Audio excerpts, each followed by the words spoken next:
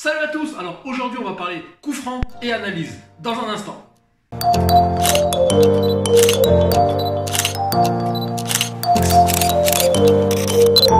Alors aujourd'hui je voulais vous parler d'un thème qui est pas trop souvent abordé, donc les coups de pied arrêtés, et plus précisément dans cette vidéo en tout cas on parlera plus des coups francs. Alors pourquoi les coups francs? Tout simplement parce qu'à travers mon métier j'ai la chance de voir beaucoup de matchs, que ce soit des matchs amateurs et également bien évidemment des matchs professionnels. Il y a une chose que j'ai remarqué, que ce soit au niveau professionnel et donc je vous parle même pas du niveau amateur, c'est le manque de qualité criante dans ce type d'action. Donc comme vous remarquez bien, ce type de coup franc, c'est des vraies occasions de but. Et il y a une statistique que j'ai trouvée, donc en faisant mes recherches et mon analyse, que je vous mets là tout de suite, et qui montre encore en Ligue 1 jusqu'à présent le nombre de coups francs que chaque club a obtenu, et également à côté vous pouvez voir le nombre de buts marqués sur ces coups francs. Comme vous pouvez le voir, ce ratio n'est pas super, mais il y a une chose qui n'est pas montrée dans les statistiques, c'est le nombre de coups francs cadrés. Et c'est exactement cette statistique qui est intéressante pour voir si on est efficace ou non sur coup de pied arrêté. Malheureusement j'ai pas réussi à la trouver. Si vous de votre côté vous avez un lien ou si vous avez cette statistique, n'hésitez pas à me la partager car pour moi elle serait vraiment très intéressant. Ceci étant dit, j'ai commencé à m'intéresser, à vouloir savoir pourquoi les clubs, les joueurs n'avaient pas plus de réussite dans cet exercice qui est pourtant, comme je vous ai dit tout à l'heure, une vraie action de jeu et comme toutes les actions qui reste un exercice technique. La dernière fois je suis tombé sur une émission de radio qui justement parlait de ça mais au niveau professionnel et c'était vraiment très intéressant. Et j'ai également donc à travers mon expérience et également après avoir échangé avec quelques joueurs, je sais exactement comment ça se passe au niveau amateur. Vous savez, donc là je parle du niveau amateur, malheureusement c'est quelque chose que les clubs et les joueurs n'ont pas forcément les moyens et surtout le temps de travailler. C'est-à-dire, vous connaissez comment ça se passe, hein, vous entraînez à 18h, de 18h à 19h30, à 19h45, il y a l'équipe suivante qui arrive sur le même terrain, donc on n'a pas le temps, que ce soit en fin de session ou pendant la session, de s'entraîner au coup franc. Donc sachant tout ça, la principale raison, je pense, de ce manque de réussite, que je répète bien, que ce soit au niveau amateur ou au niveau professionnel, donc c'est tout simplement le manque d'entraînement, car il faut savoir que le coup franc, avant tout, c'est un geste technique, c'est une succession de petites actions techniques qui font que vous réussissez un coup franc ou non.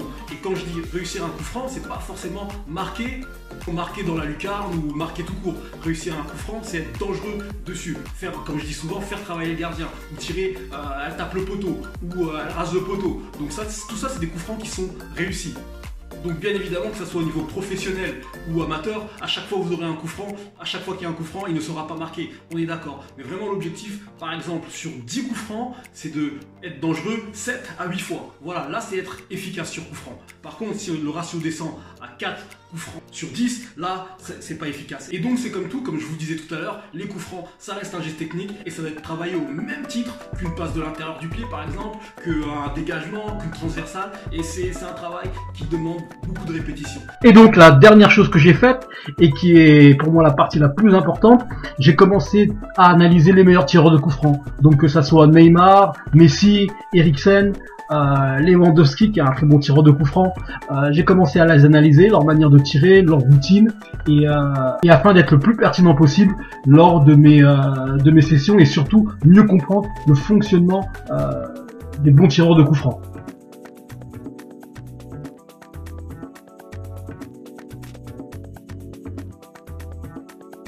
Et autre chose qui peut être très intéressant pour vous, le fait d'être bon sur les coups de pied arrêtés, c'est d'avoir l'avantage par rapport à un autre joueur. Alors ça veut dire quoi? Donc imaginons que vous êtes défenseur central, donc vous êtes en concurrence avec un autre joueur, vous avez les mêmes qualités de vitesse, de relance, etc. Mais que vous êtes meilleur sur coup de pied arrêté, sur les coups francs vous avez un meilleur pied. A votre avis, l'entraîneur aura tendance à préférer quel joueur des deux? Je vous laisse répondre. Maintenant, place au travail purement technique concernant les coups francs. Je pense que ce travail, donc c'est un travail que j'ai réalisé avec un joueur à travers une analyse bien précise, pourrait également vous aider si vous souhaitez vraiment vous mettre à travailler vos coups francs. Je vous laisse regarder et surtout écouter. Donc la première chose que vous allez faire, c'est vous créer une routine, c'est-à-dire une habitude que vous allez prendre avant de tirer chaque coup franc. Donc ça peut être n'importe quoi, hein, comme compter le nombre de pas que vous faites vers l'arrière, comme toucher le ballon 3 fois dans un sens, 3 fois dans l'autre. Ça c'est hyper personnel, donc vous allez vous créer ça, ça va vous permettre non seulement de vous concentrer, prendre des informations et prendre la mesure de la distance par rapport au gardien. C'est important. Donc la seconde chose, ça va être prendre l'information au niveau de la position du gardien, la position du mur. Troisième chose, ça va se situer au niveau de votre course d'élan. Donc là également, c'est très individuel. Il y a des joueurs qui préfèrent réaliser des petits pas, des autres des plus grands. Donc la seule chose à ne pas faire, c'est surtout sprinter et arriver vraiment comme un bourrin au niveau du ballon. La suite va se situer donc au niveau de l'équilibre. Donc effectivement, vous devez être bien équilibré et avoir une bonne position du corps pour réaliser un bon coup franc, c'est-à-dire donc les deux bras bien écartés et également avec votre corps légèrement penché vers l'arrière. Donc étape suivante, ça va se situer au niveau de votre jambe pied d'appui. Donc là, il faudra absolument que votre pied d'appui soit proche du ballon au moment de réaliser la frappe pour avoir le bon équilibre, c'est très important. Et ensuite, important qu'elle soit verrouillée, c'est-à-dire quand vous allez frapper, elle ne va pas bouger ou bouger légèrement, mais surtout vous n'allez pas sauter, comme lors d'une frappe classique en fait. Et dernière chose, ça va se situer donc au niveau de la pointe des pieds, la pointe du pied pardon, de votre jambe d'appui, qui devra être en direction de la zone recherchée. Plus.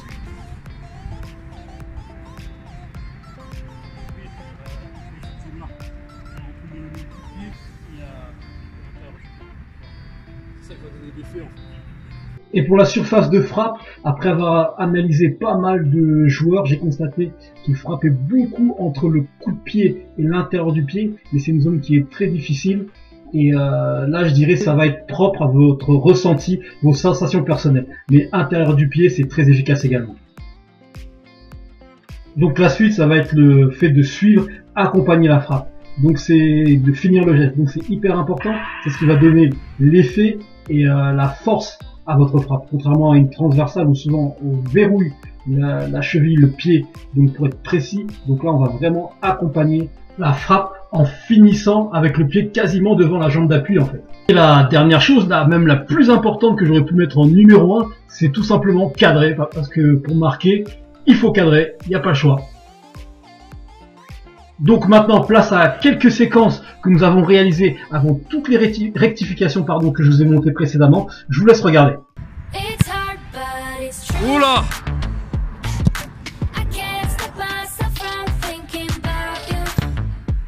Ouais.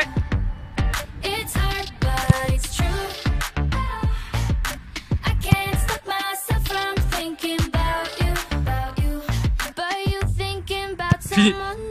Ouais, tu vas... Ouais. Donc maintenant, place au travail après l'analyse et les rectifications. Donc par rapport à tout ce vous avez vu précédemment, les positions, etc. Donc là, ce qui est important, c'est pas de forcément regarder les buts, mais regarder bien ses positions, l'équipe de son corps, en fait, tout ce qui a été vu précédemment. Voilà, je vous laisse regarder.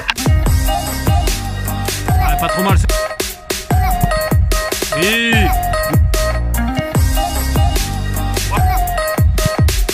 Hey. Voilà. Ah, pourquoi pas ça. Voilà. Ouais, ça peut... Et... Mur. Oh. Donc voilà, comme vous avez pu le voir, il y a une vraie belle différence entre le travail avant l'analyse et les rectifications et après. Voilà, donc c'était le coup franc masterclass. Donc c'était une chose que je voulais partager avec vous il y a longtemps, mais j'ai préféré prendre mon temps, bien analyser les différentes habitudes des meilleurs tireurs de coups francs, faire vraiment un truc bien et surtout très efficace. Ceci étant dit, et pour terminer, comme vous avez pu le voir, je ne sais pas si vous avez vu, donc à travers ma chaîne YouTube, et ça me fait extrêmement plaisir car au départ, quand j'ai commencé cette aventure, je pensais même pas arriver à 5000 et je vois que le mouvement grandit de jour en jour, donc c'est vraiment super et je vous en remercie. Je voulais faire une action qui est beaucoup plus que juste vous remercier à travers une vidéo ou un post Instagram ou Facebook. C'était vraiment quelque chose qui me tenait à cœur car je sais que vous êtes nombreux à suivre mes vidéos, à liker, à souvent commenter et à travers ça, je voulais vraiment vous remercier. C'est pour ça que le lundi 5 février, j'organiserai à titre gratuit, donc 100% gratuit. Il n'y a rien à payer, vous avez juste à venir avec vos crampons, une bouteille d'eau et votre plus belle motivation. Donc j'organiserai un coup franc masterclass donc, qui va consister à 45 minutes d'entraînement uniquement de coups francs, donc que ce soit les coups de pied arrêtés, les coups francs directs, les coups francs sur le côté. On va tout travailler, on va tout analyser. La séance sera filmée, vous sera envoyée après par mail. Donc c'est 100% gratuit et ça sera le lundi 25 février à 11 h à Cergy. On peut participer, c'est à partir de 16 ans et être licencié dans un club. Voilà, c'est les seules conditions de participation. Et pour participer, il faut m'envoyer un mail donc à cette adresse qui s'affiche ici en me précisant le club où vous jouez et le niveau où vous jouez. Voilà, c'est vraiment quelque chose qui peut être vraiment très intéressant pour vous. Et cela, peu importe le poste. Hein. Que vous soyez arrière-gauche, défenseur central, ailier ou attaquant, peu importe le poste, vous êtes tous les bienvenus pour cette masterclass. Car il ne faut pas être spécifiquement attaquant pour savoir bien tirer les coups francs. Des joueurs comme Alonso, Mihailovic à l'époque, Pirlo qui sont milieu de terrain, qui sont des maîtres en termes de coups francs. Donc peu importe le poste, n'hésitez pas, c'est pas uniquement pour les attaquants, vous pouvez vous inscrire. 5 joueurs uniquement. Question du jour, d'après toi, si tu t'améliores au coup de pied arrêté, penses-tu que tu auras un avantage sur la concurrence? Réponds par oui ou pardon dans les commentaires. Voilà, je vous remercie d'avoir regardé cette vidéo, j'espère que ce coup franc masterclass va vous aider à devenir meilleur et je vous dis à très vite.